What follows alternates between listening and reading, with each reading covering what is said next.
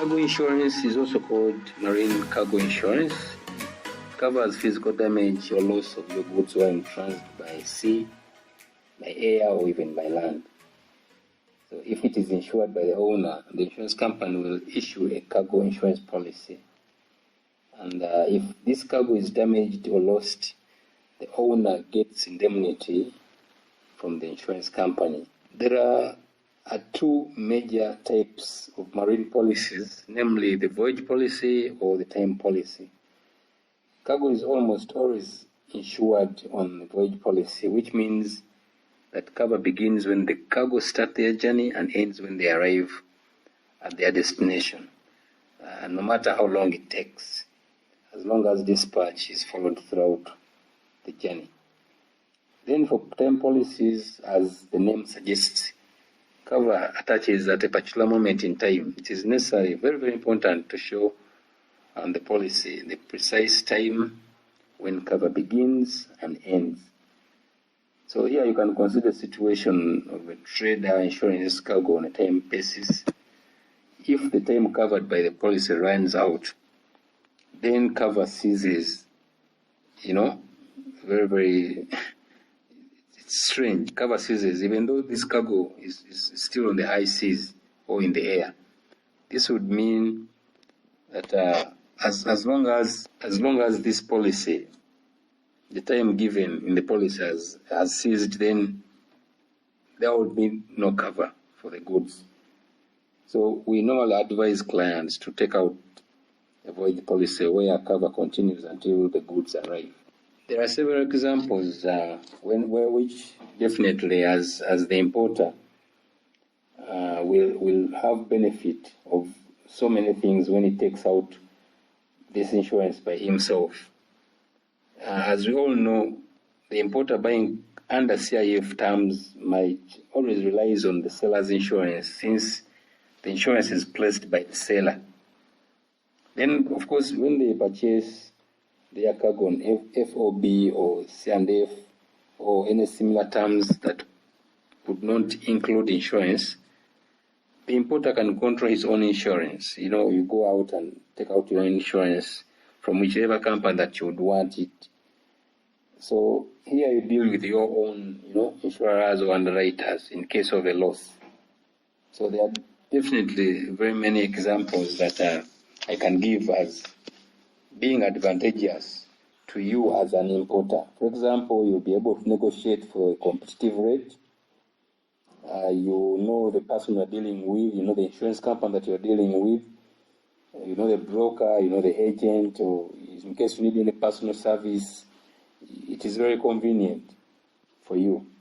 It's also very convenient, again, in placing cover, because as the importer, you can negotiate on the terms, for protection against the goods that you're bringing in, so that you have good exposure that is covered, and then the values, you get to know the limits, the adequacy of the conditions that you are putting on this policy. So, like I said here, you are free to choose your own insurance company, and it is very, very important as the importer. We normally require you to fill out proposal forms. So the insurance company will provide you with a proposal form where we shall require you to present all particulars of this risk. Any representation that is not good, which we call misrepresentation or non-disclosures of facts, would make this insurance null and void. So we would expect you that you tell us everything relating to this cargo as correctly as possible. A contract of marine insurance is a contract based upon the utmost good faith. And we expect you to tell us everything. This is observed, of course, by either parties, the insurer and you, the importer. So either party is supposed to tell us what exactly is true when giving this information to us. So definitely, when you fill up this form, we will require certain documents. As the insurance company, we will require you to present to us the parking list, bill of lading, commercial invoice. We might need to know if these goods are containerized or they are, non-containerized goods. We sometimes might need to know which port of loading they are coming from, the voyage details, so that we do our computations based on facts.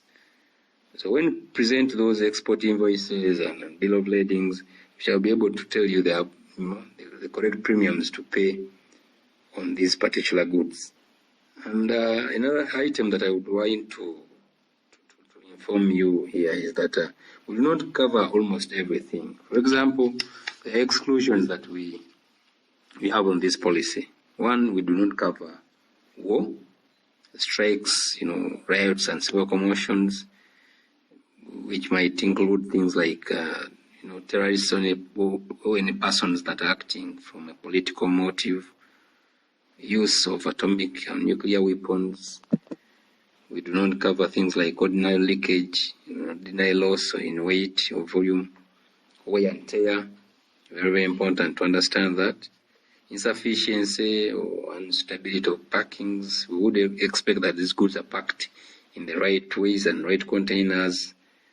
We do not cover things like insolvency or financial default of the owners, operators of the vessel, issues to do with piracy.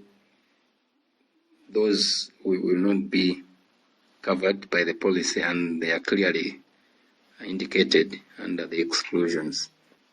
And of course, just like every policy, in case of a loss and you want to claim against your policy, we shall require certain documents. So there is a document checklist that we shall need to tick off.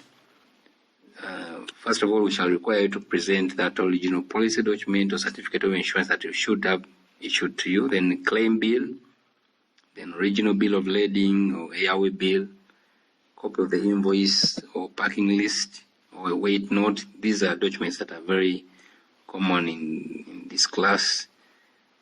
Port inward or outward survey. These reports are normally given by the port authorities when there is a loss occurring. Delivery receipts, in case such as the carrier loading or discharge tally sheets, Then of course there are technical damage reports that are normally provided.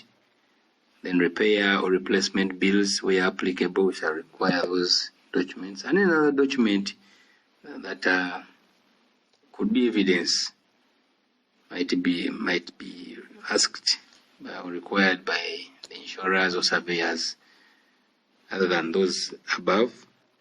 At times we might actually require you to present a police report in case a claim is coming in from inland. Goods were being transported overland, and then an accident happens, and you find yourself reporting, or police coming in. So we shall require a police report to be presented to us. On top of that, we normally present you a claim form which you fill, and all these attached. The documents that I've mentioned above will be attached on this claim form, which you should clearly and competently fill and attach the documents and then present them to us. Thank you so much. I look forward to serving you, State Road Insurance Company.